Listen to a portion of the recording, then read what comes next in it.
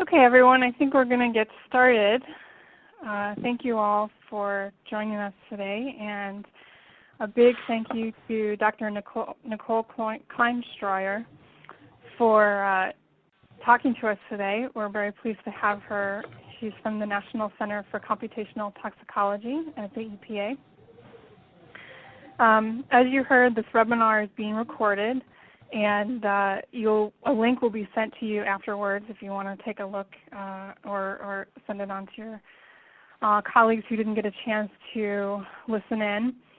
I'm also going to mute all the lines to cut down on background noise, and after the presentation I'll unmute your lines in order to allow you to ask questions. Finally, I wanted to remind everyone about our first annual meeting. We're putting together a really nice program, but we need your abstracts and we need your participation. We're accepting abstracts until July 31st, and there will be some talks, some selected for talks and some poster sessions. It's at a great location. It's going to be a great chance to meet some of your colleagues and discuss advances in toxicology. So I hope you will join us. Again, it's going to be September 21st, and it's going to be held in Bethesda at the National Library of Medicine in the Lister Hill Auditorium. So without further ado, let me mute you all.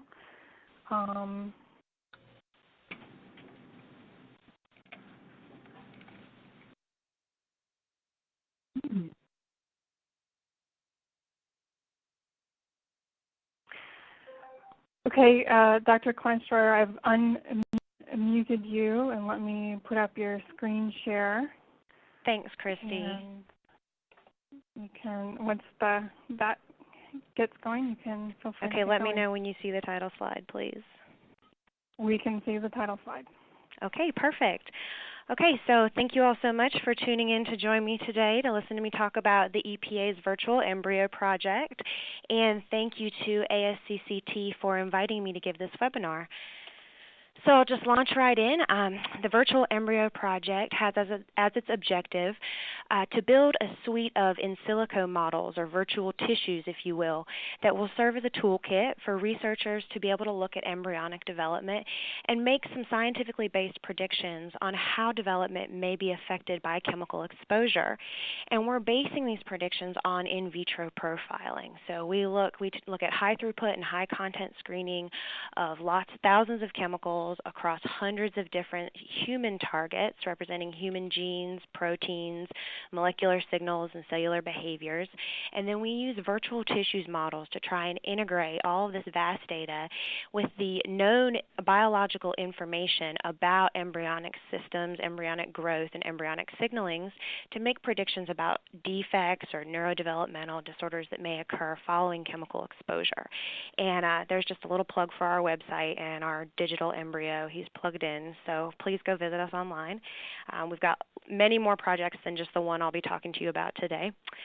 So just a little bit of background on high throughput screening. I'm sure most of you are familiar with the NAS report that came out 5 years ago on toxicity testing in the 21st century, really stating the need for a paradigm shift to move from low throughput animal testing to more high throughput in vitro assays to really understand how chemicals are interacting with human targets and perturbing cellular and molecular functions, and really to establish a link between those perturbations in vitro and observed adverse outcomes or toxicity in vivo.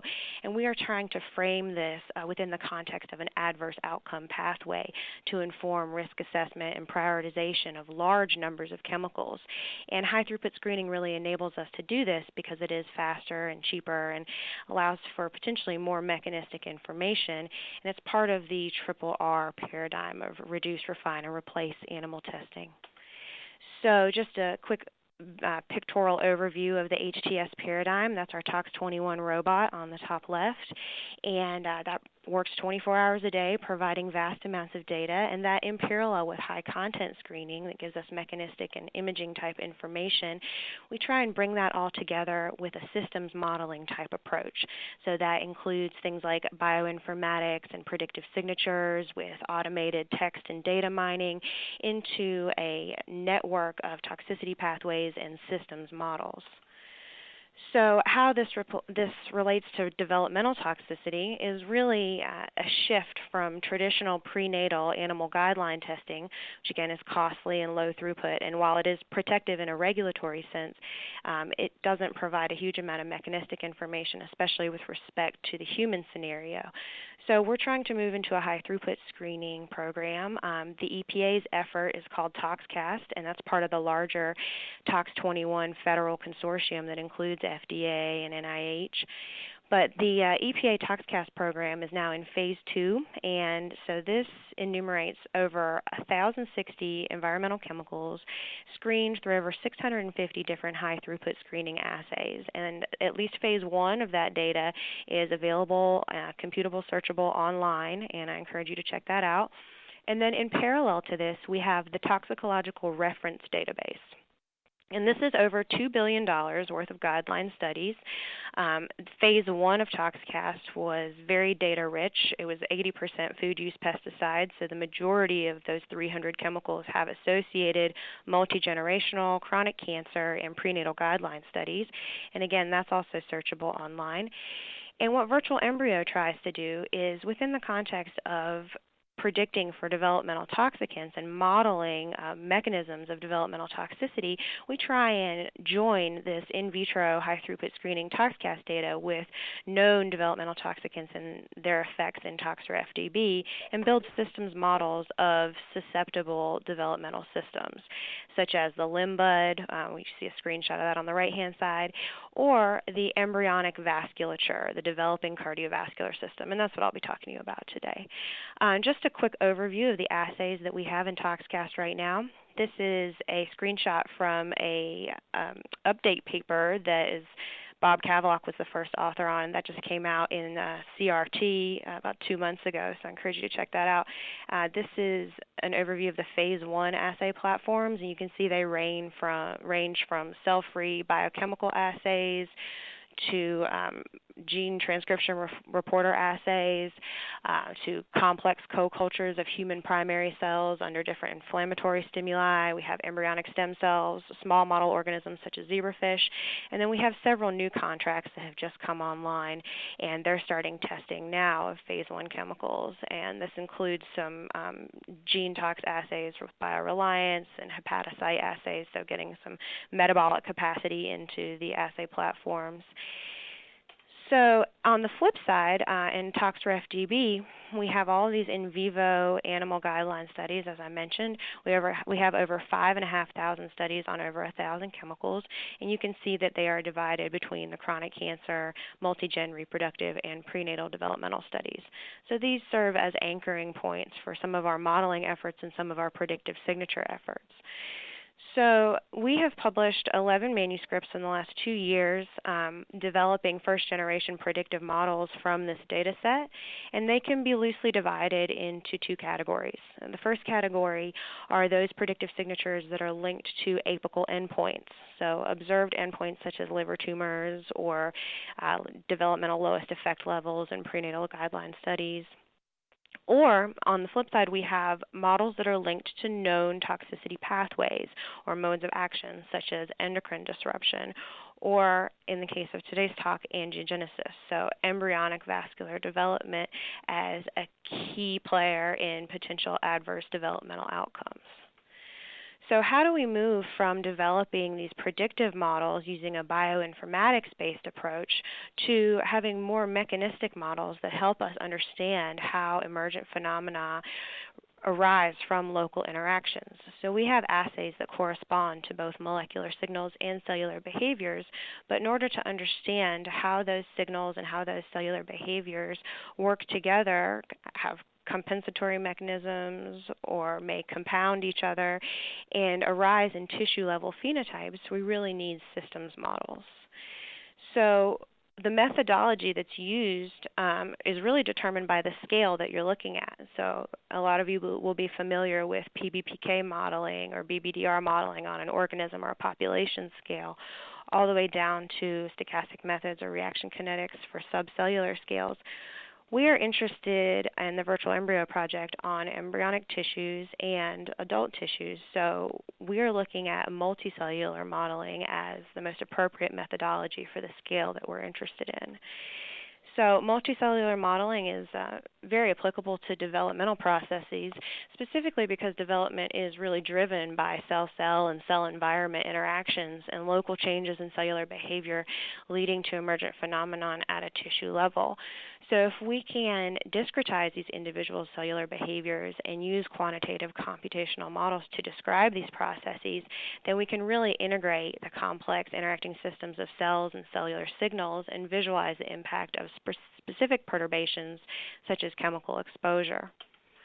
So this is an example of one of the first models that was built with the software that we're using. It's called Computational 3D. It's a cell agent-based model, and it's open source, and I encourage you to go to the website and download it and have a play with it. They have some great tutorials.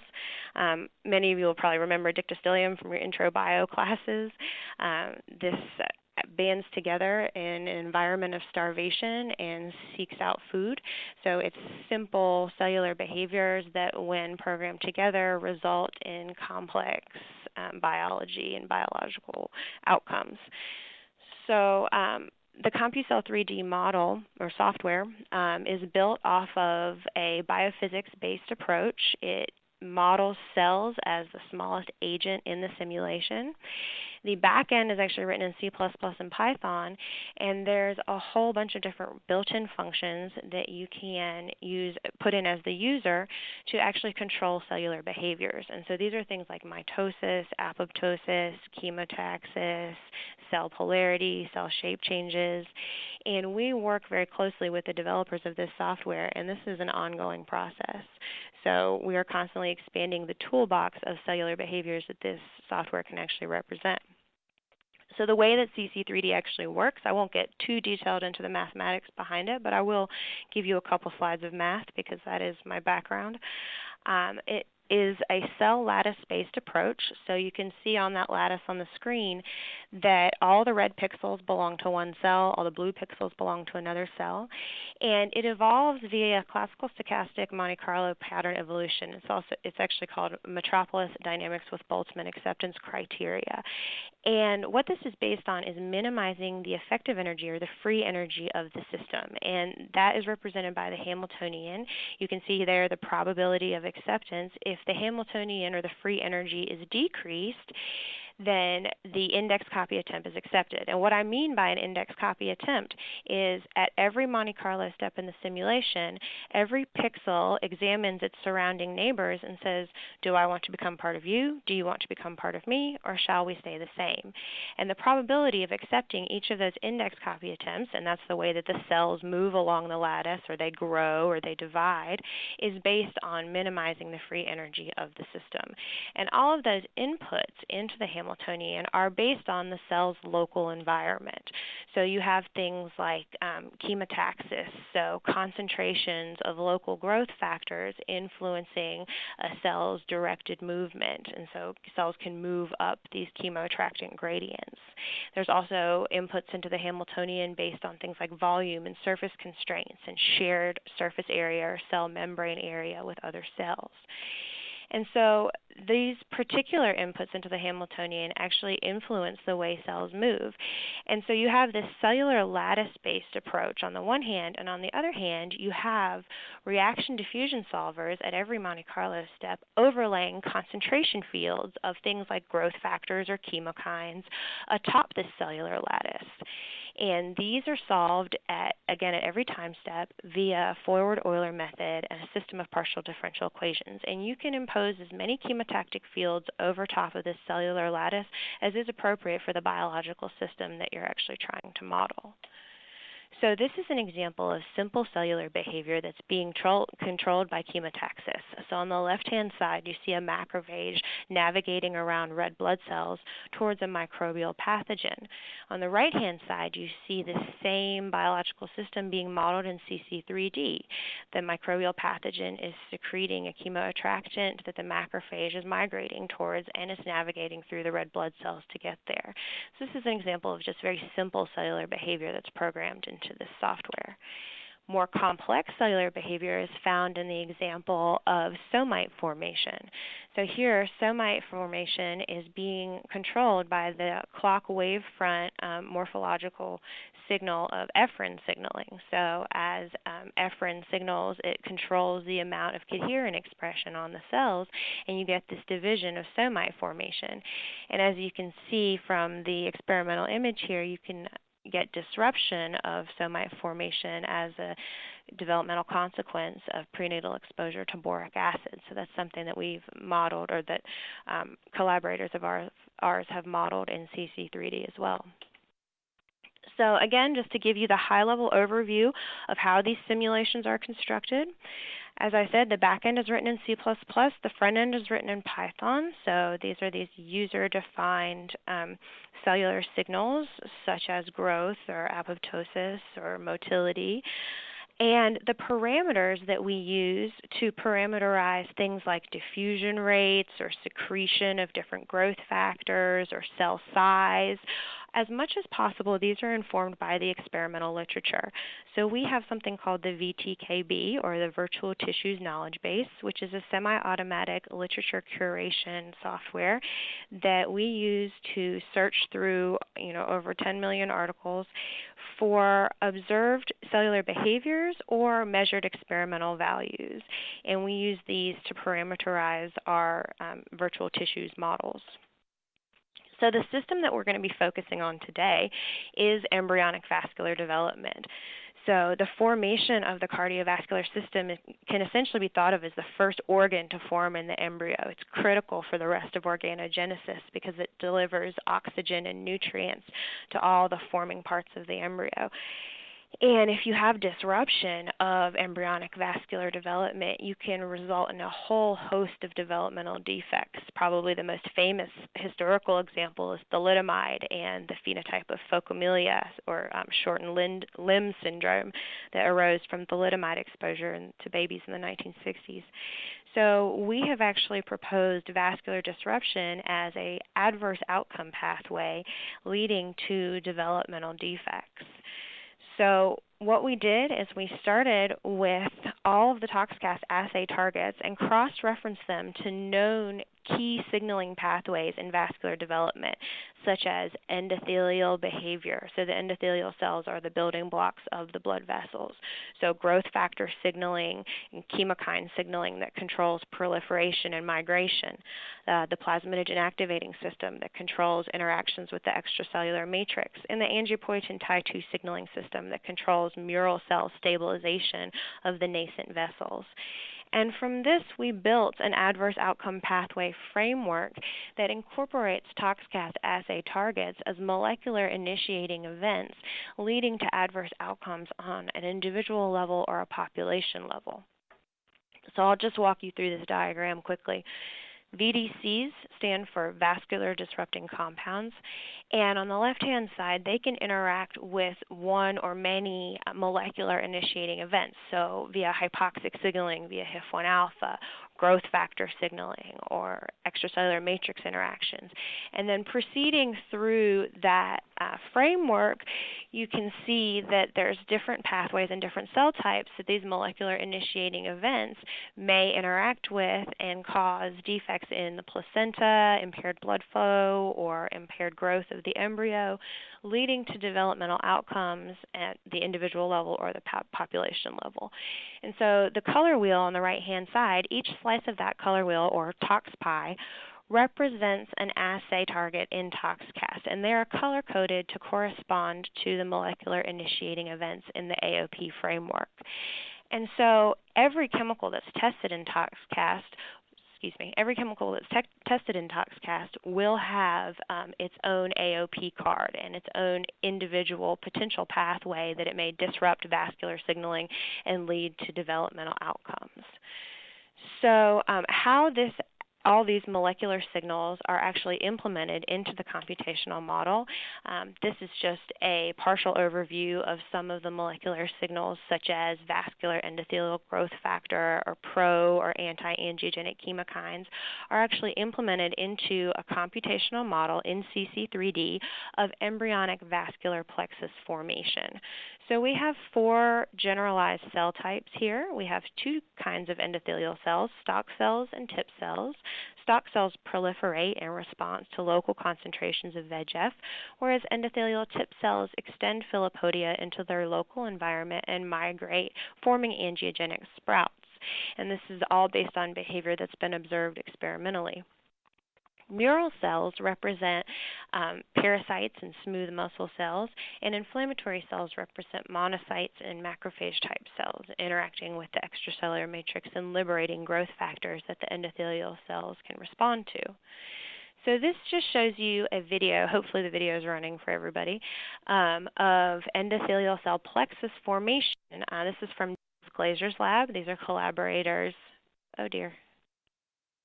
Okay. Great. I had a little hiccup in the screen sharing. All right, so these are our collaborators from the Texas Indiana Virtual Star Center. They have a complex in vitro angiogenesis assay where they look at angiogenic plexus formation. And so that just gave you an idea of what it looks like experimentally. Now you can see what it looks like in silico. So that's our heterogeneously seeded cell field that we begin with. The red cells are the endothelial cells, and the green are mural cells, and the yellow are inflammatory cells. And you can see the concentration fields that the cellular lattice is responding to overlaid as we step through in time. So you have things like VEGF-165, the heparin-bound form of vascular endothelial growth factor. You have MMPs being secreted by tip cells as they're exploring their environment and breaking down the extracellular matrix. You have the freely diffusible form of VEGF and soluble VEGFR1 receptor, which sequesters excess VEGF and prevents too much angiogenesis. You have pro-inflammatory and anti-angiogenic chemokines like CXCL10 or pro-angiogenic chemokines like CCL2 that have a mitotic effect on endothelial cells and mural cells. So you can see that as the simulation reaches a steady state, you get this cross-section of capillary plexus formation. So the endothelial cells have all come together in this stereotypical primitive vascular plexus form.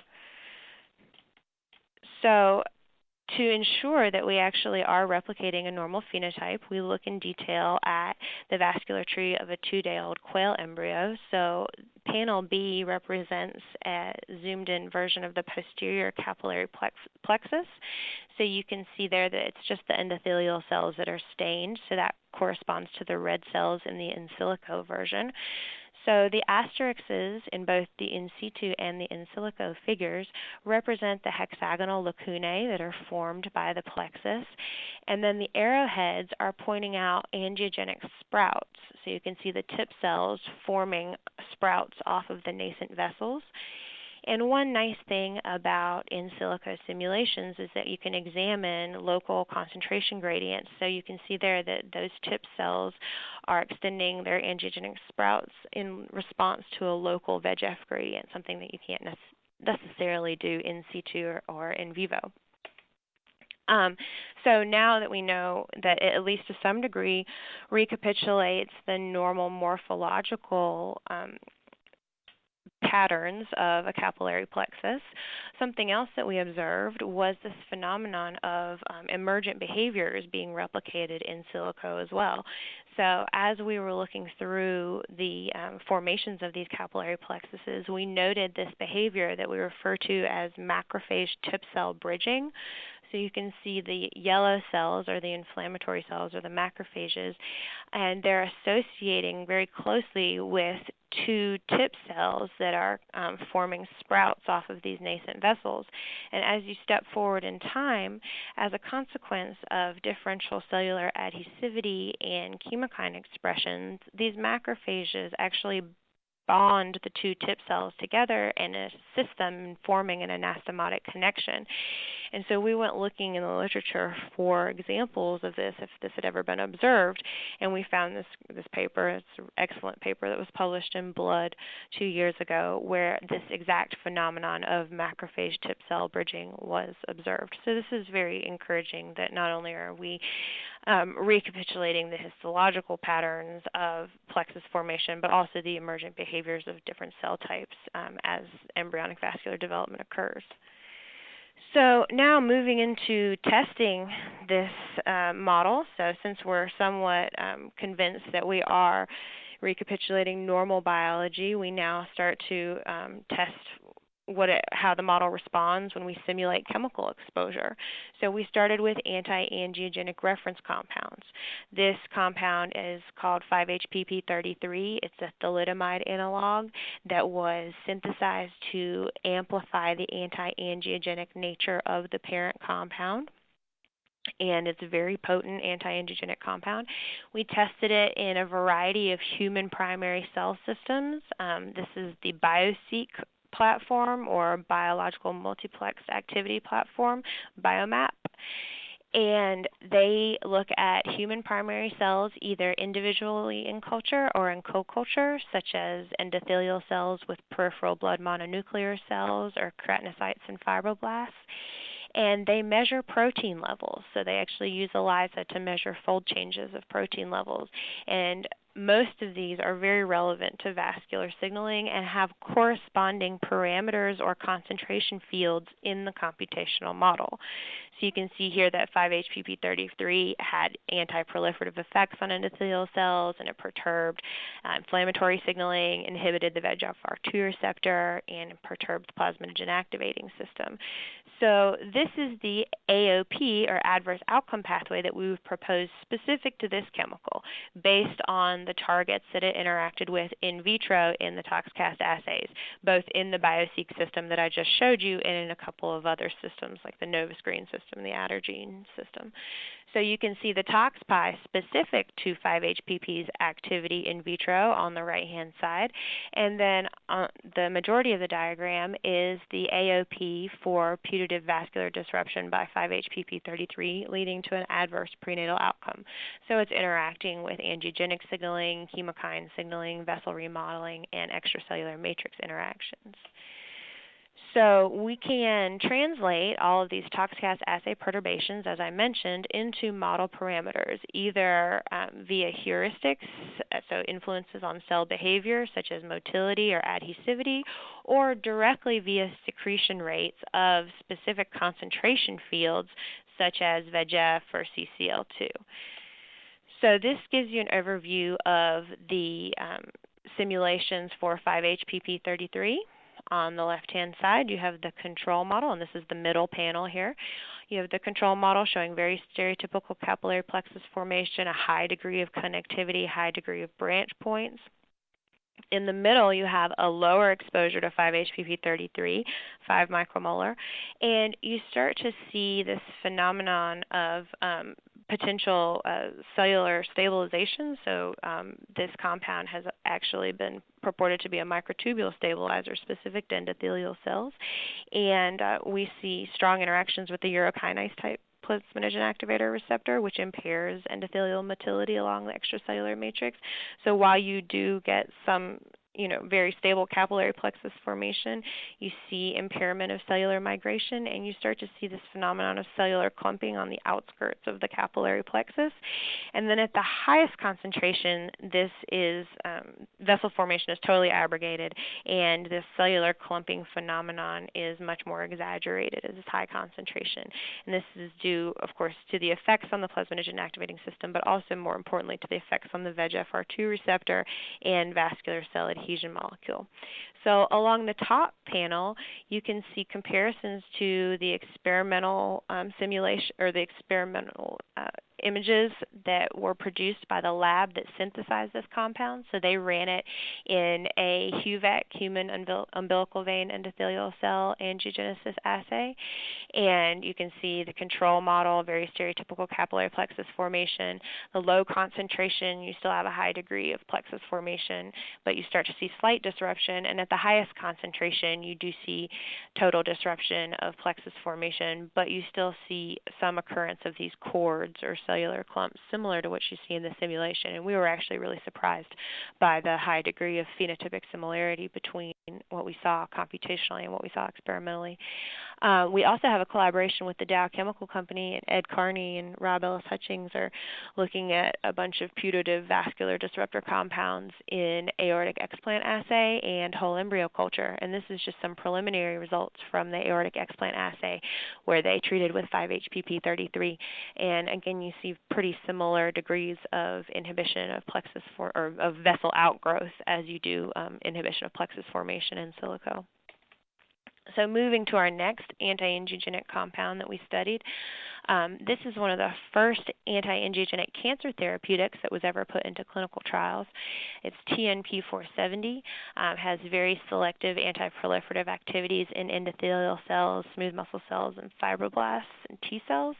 And it has very strong anti-inflammatory activities where, again, it's inhibiting VKM, but also things like prostaglandin and IL-8. And it also exerts effects on the plasminogen activating system, but in fact in the opposite direction in a lot of cases than 5-HPP33. So, for example, it upregulates UPAR and inhibits plasminogen activator inhibitor. So again, we translate all of these molecular perturbations into computational parameter perturbations and simulate TNP-470 exposure to our embryonic vascular plexus. And here you can see on the right-hand side the in silico simulations. I've included the control model on the top and the 5-HPP33 model on the bottom. And TNP-470 is in the middle. And some of you may be wondering, where did the green and the yellow cells go? The mural cells and the inflammatory cells are still present in the computational simulation, but they have just been colored out in these particular screenshots to help facilitate comparison with the aortic explant assays, and as you'll see on the next slide, help facilitate some quantitative analysis, because it's all very well and good for me to look at these images and qualitatively say, oh, that looks right, or that doesn't look right. But of course, we need to be able to quantitatively evaluate them as well.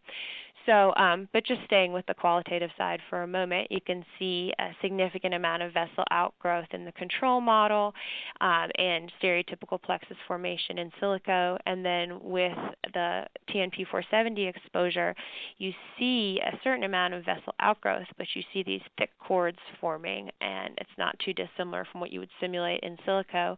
And 5-HPP33, as we showed on 2 slides ago, really results in termination of vessel formation and cellular bunches, as you see on the in silico simulation as well. One thing that's really interesting to note is that the potency of 5-HPP33 in aortic explant assay and in the in silico simulations, which of course are based on the in vitro results, is very similar. 46 to 40 micromolar. It's essentially identical as far as the results are concerned. Whereas TNP-470, it's orders of magnitude different. So where they're getting sort of 50% inhibition of aortic explant assay vessel outgrowth at sub-micromolar concentrations, whereas the simulations that we're running for TNP-470 are at 20 micromolar. And now part of this is because we're limited by our testing concentrations in ToxCast.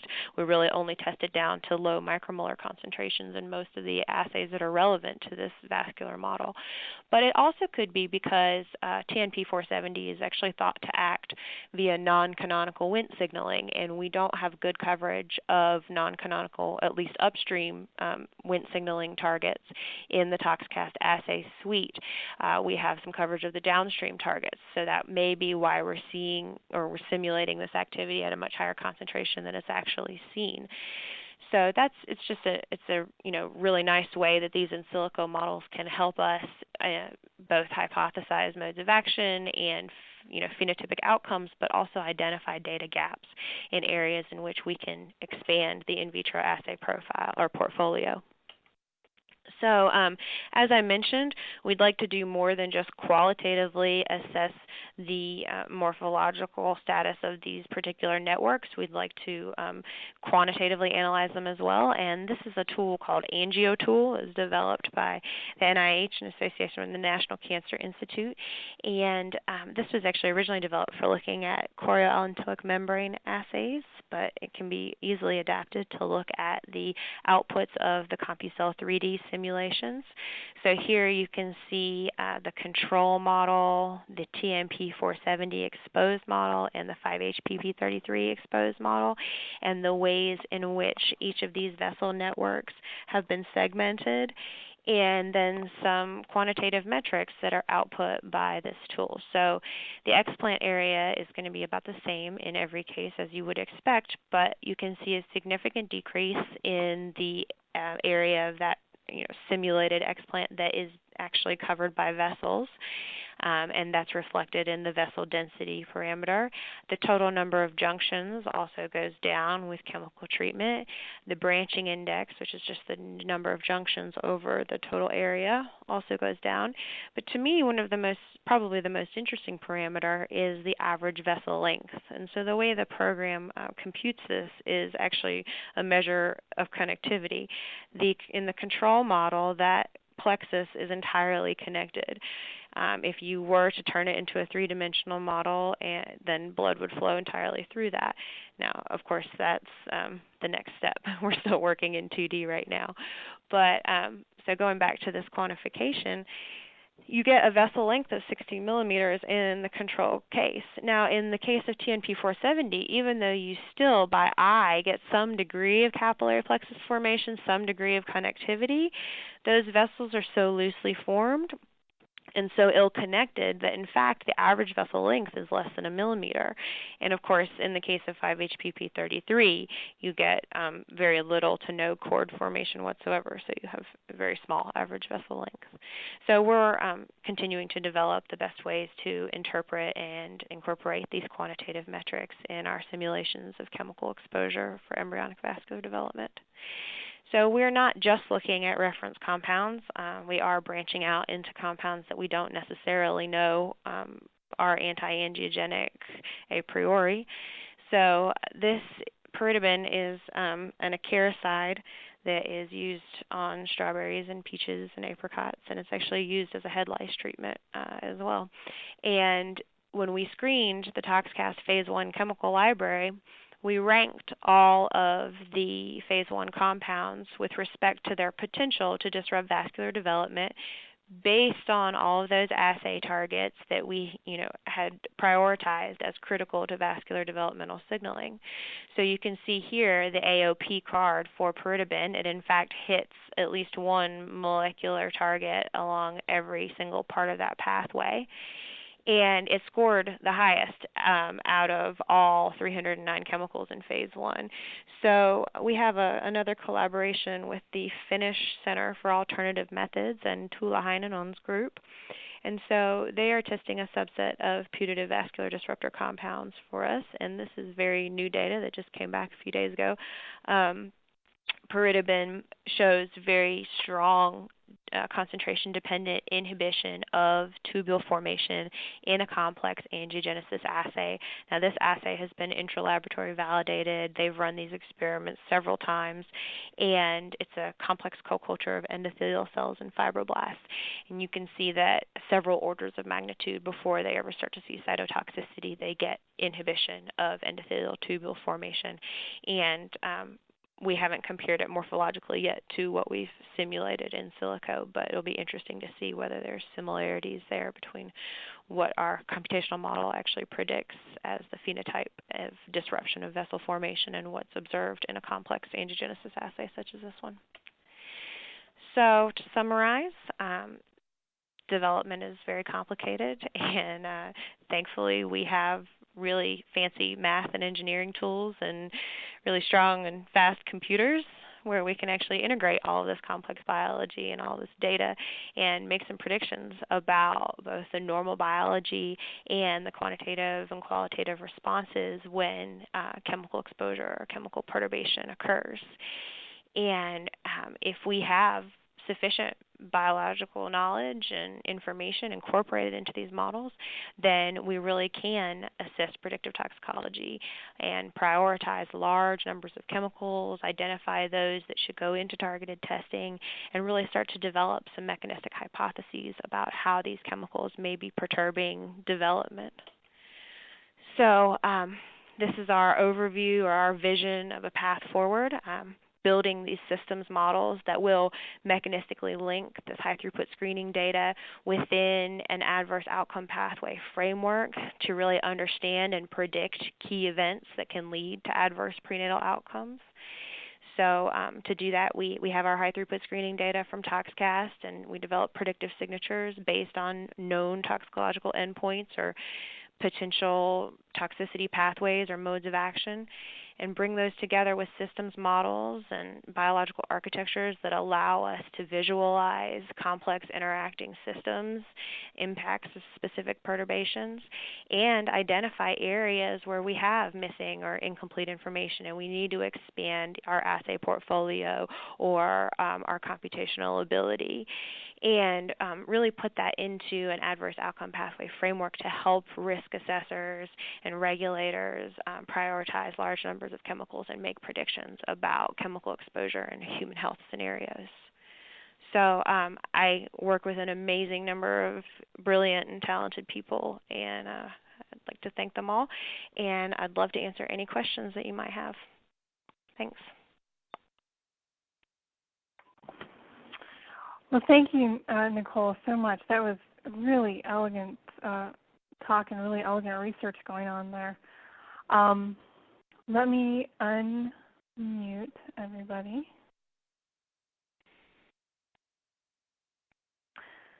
If you have a question, please feel free to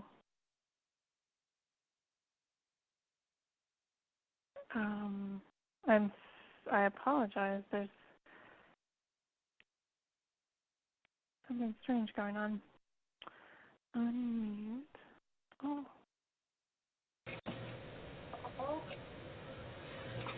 There we go. If someone has a question, please feel free to speak up.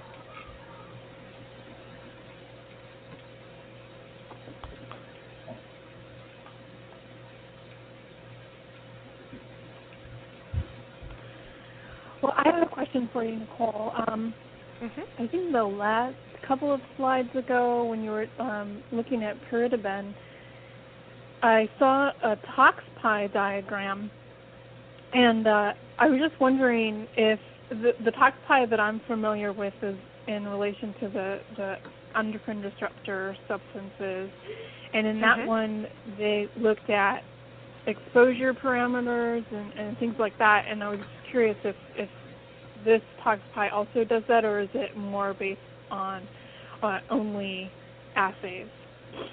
That's an excellent question, Christy. This particular one is only based on assays, so it's based on just at vascular signaling targets. Sure. But ultimately, this ToxPy itself will become a slice of a larger ToxPy. So a more holistic ToxPy or prioritization index, and it really is just a visualization system, as you noted. It can be applied to things like endocrine disruption or reproductive toxicity signature that Matt Martin has developed. This particular score, PVDC score, could just be a slice of a larger ToxPy predicting the potential for a chemical to act as a developmental toxicant via an embryonic vascular disruption method. And another slice of that overall holistic ToxPy, as you noticed, should be exposure or pharmacokinetics or, actual concentrations. I mean, I think that's a really important point to note. No, and I think it shows the usefulness of the ToxPy concept too. Sure. Yeah. No, it's a great visualization that really helps to display the data.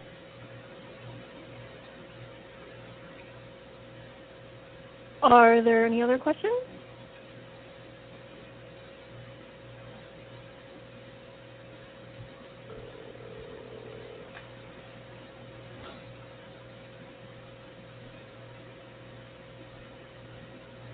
Okay. Well, thank you again for your presentation. It was really excellent. Absolutely. Thank you so much for inviting me. It was great. I really love talking about our research. And please, if anybody on the line wants to email me or ask further questions, please feel free. Okay. Should I just send your email when I send out the recording of the webinar? Yep, that would be just fine. Okay, great. Thanks again, and okay. Thanks everyone for listening. Fantastic. Thanks so much. Everybody have a good day. Bye. Okay, bye-bye. Okay.